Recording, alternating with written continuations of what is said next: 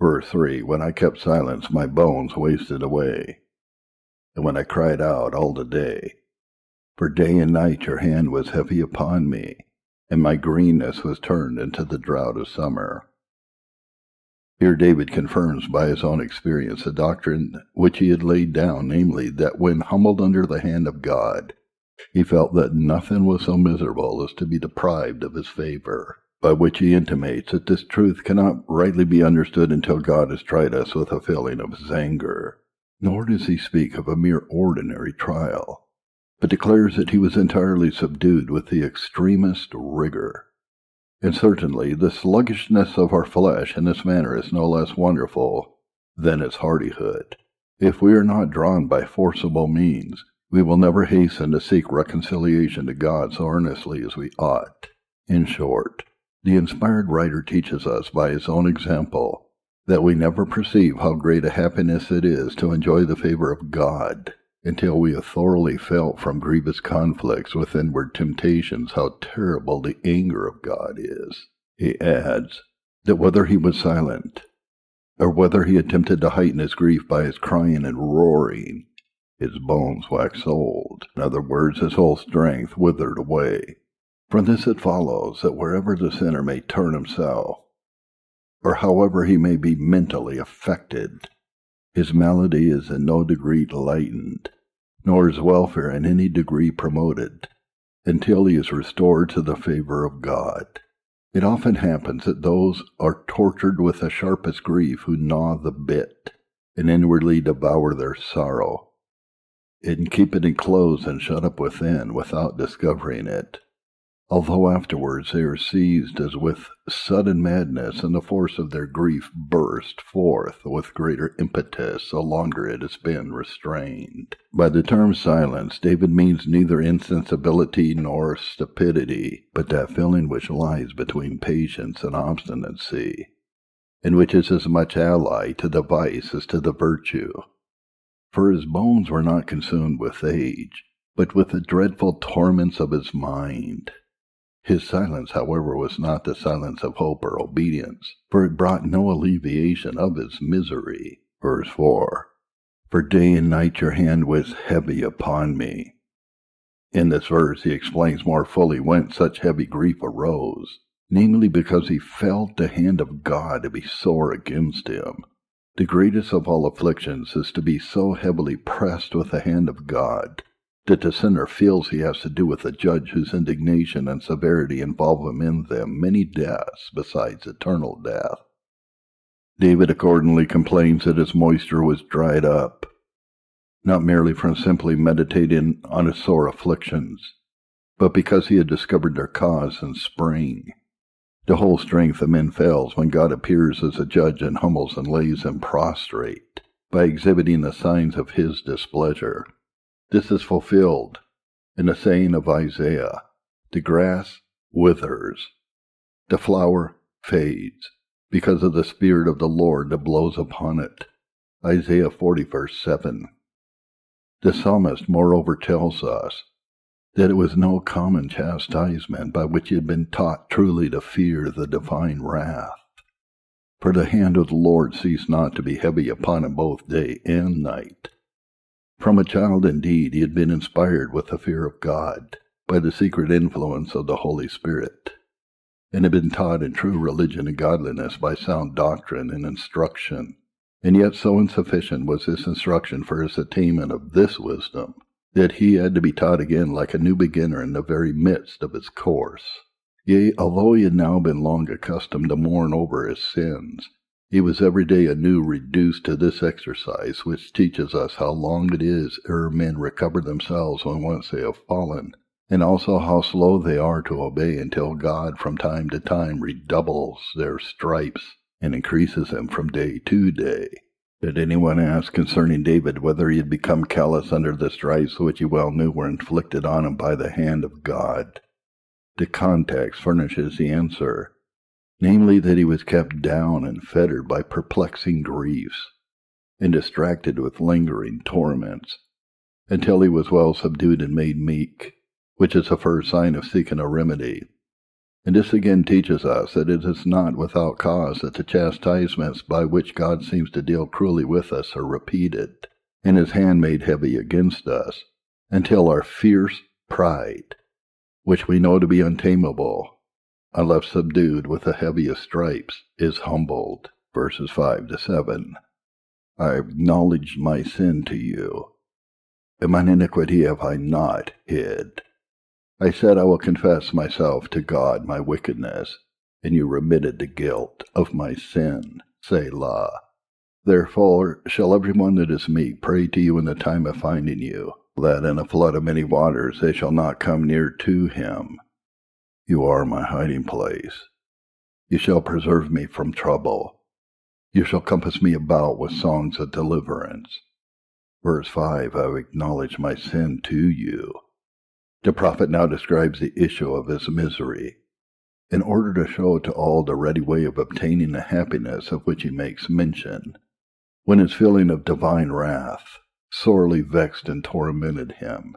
His only relief was unfeignedly to condemn himself before God, and humbly to flee to him to crave his forgiveness.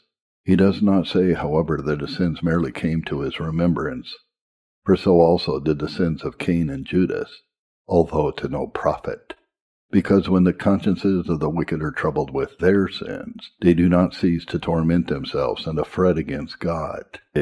Although he forces them unwillingly to his judgment bar, they still eagerly desire to hide themselves. But here there is described a very different method of acknowledging sin, namely, when a sinner willingly betakes himself to God, building his hope of salvation not on stubbornness or hypocrisy, but on supplication for pardon.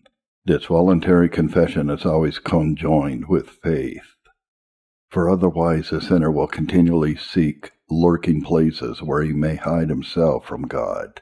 David's words clearly show that he came unfeignedly and cordially into the presence of God, that he might conceal nothing. When he tells us that he acknowledged his sin and did not hide it, the latter clause is added according to the Hebrew idiom, for the sake of amplification.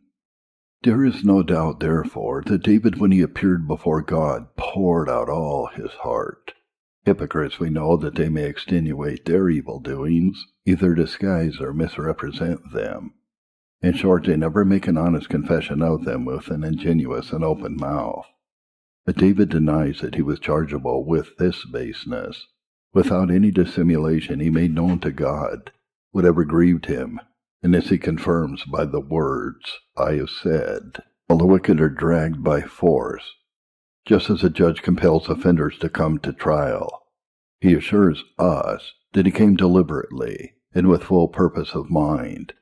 For the term said just signifies that he deliberated with himself. It therefore follows that he promised and assured himself of pardon through the mercy of God, in order that terror might not prevent him from making a free and ingenuous confession of his sins.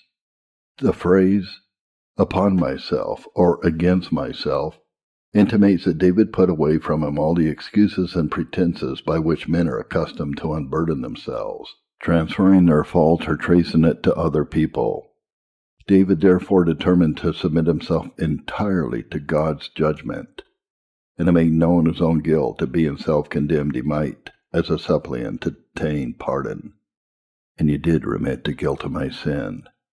This clause is set in opposition to the grievous and direful agitation by which he says he was harassed before he approached by faith the grace of God.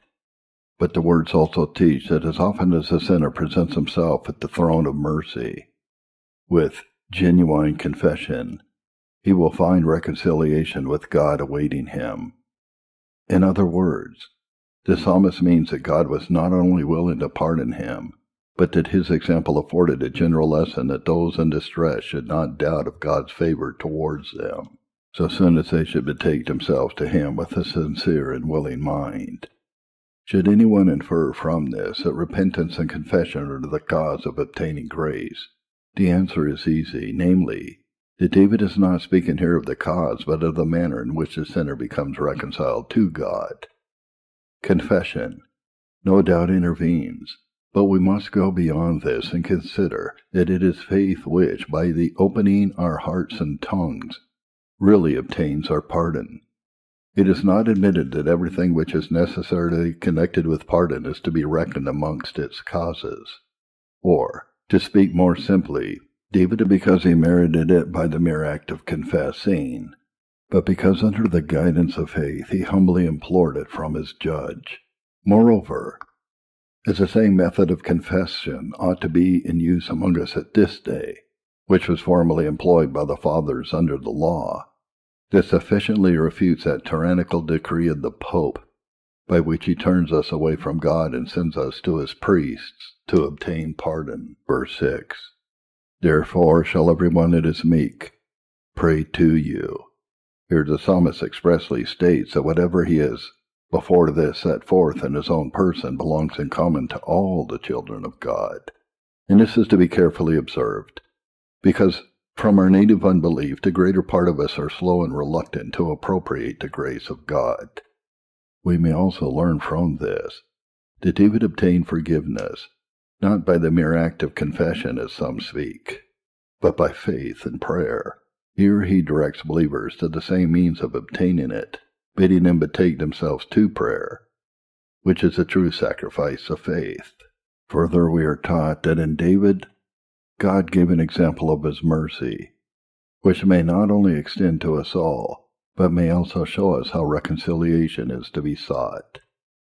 The words, everyone, serve for the confirmation of every godly person, but the psalmist at the same time shows that no one can obtain the hope of salvation but by prostrating himself as a suppliant before God, because all without exception stand in need of his mercy.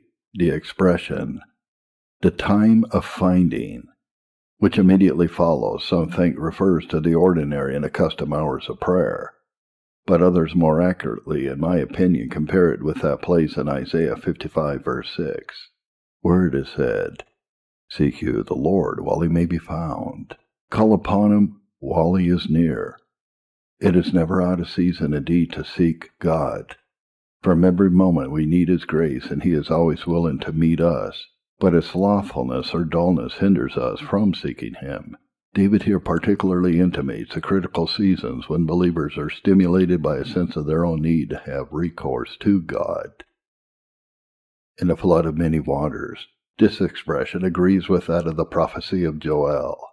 Whosoever shall call upon the name of the Lord shall be delivered. Joel 2 verse 32. The meaning is that although the deep whirlpools of death may compass us round on every side, we ought not to fear that they shall swallow us up, but rather believe that we shall be safe and unhurt, if we only betake ourselves to the mercy of God. We are thus emphatically taught that the godly shall have certain salvation even in death, provided they betake themselves to the sanctuary of God's grace. Under the term flood are denoted all those dangers from which there appears no means of escape. At last the psalmist gives himself to thanksgiving, and although he uses but few words to celebrate the divine favor, there is notwithstanding much force in his brevity. In the first place, he denies that there is any other heaven of safety but in God himself. Secondly, he assures himself that God will be his faithful keeper hereafter.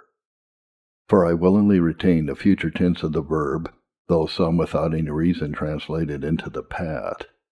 He is not, however, to be understood as meaning that he conceived himself safe from future tribulation. He sets God's guardianship over against them. Lastly, whatever adversity may befall him, he is persuaded that God will be his deliverer. By the word compass, he means manifold and various kinds of deliverance, as if he had said that he should be under obligation to God in innumerable ways, and that he should on every side have most abundant manner for praising him. We may observe in the meantime how he offers his service of gratitude to God, according to his usual method, putting songs of deliverance instead of help